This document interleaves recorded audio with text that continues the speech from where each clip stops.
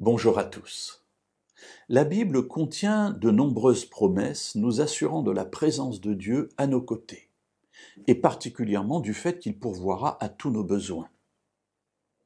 Pour autant, lorsque je considère ma vie, et lorsque je considère la vie d'un certain nombre de mes contemporains dans des pays beaucoup moins favorisés que le mien, force est de constater que parfois on manque. Alors comment comprendre ces paroles ? J'aimerais vous en lire une et ensuite nous essaierons de voir ce qu'il y a derrière. Dans le psaume 23, un psaume de David très connu, appelé souvent le psaume du berger, David dit la chose suivante. « L'Éternel est mon berger, je ne manquerai de rien. » Alors je ne manquerai de rien, évidemment, cela nous interpelle parce que qu'est-ce que ça veut dire ? Quel est ce rien ? Pour ma part, je vois dans cette parole de David plusieurs aspects.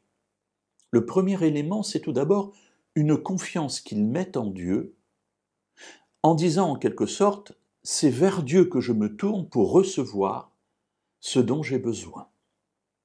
Dieu est celui qui pourvoit, même s'il le fait au travers d'un patron qui me donne un salaire, même s'il le fait au travers d'un arbre qui me donne des fruits, peu importe le moyen que Dieu utilise, mais ce que j'ai, ce qui me permet de vivre, me vient de lui.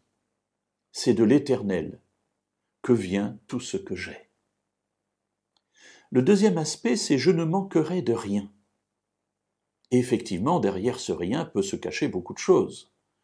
Je ne roule pas en Rolls-Royce. Je ne me plains pas de la voiture que j'ai. Mais je veux dire par là qu'on peut toujours avoir plus, toujours avoir mieux, toujours avoir différent. Alors quel est ce rien ?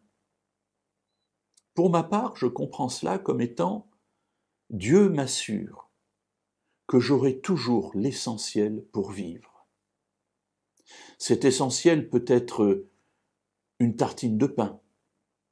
Cet essentiel peut être une tartine de pain avec du beurre et de la confiture. C'est-à-dire qu'il peut y avoir des moments dans ma vie où les choses vont mieux, où les choses vont moins bien, mais Dieu m'assure ici qu'il me donnera ce qui est nécessaire pour ma vie. Alors vous me direz, oui, mais il y a beaucoup d'endroits dans le monde où on n'a même pas le nécessaire pour vivre. Alors comment appliquer cette parole ? Comment le croyant dans ces régions du monde, où l'on manque de tout, peut-il faire de cette parole une parole pour lui ? Et là, j'en reviens à ce que je disais tout à l'heure, c'est que même dans le manque, Dieu s'y trouve.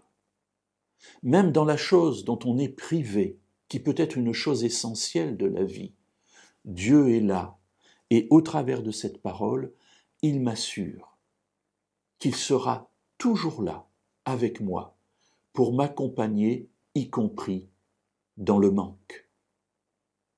C'est ainsi que je peux comprendre tous ces passages qui me montrent la présence indéfectible de Dieu à mes côtés, non seulement dans les temps où je ne manque de rien, mais aussi dans les temps où je manque de tout.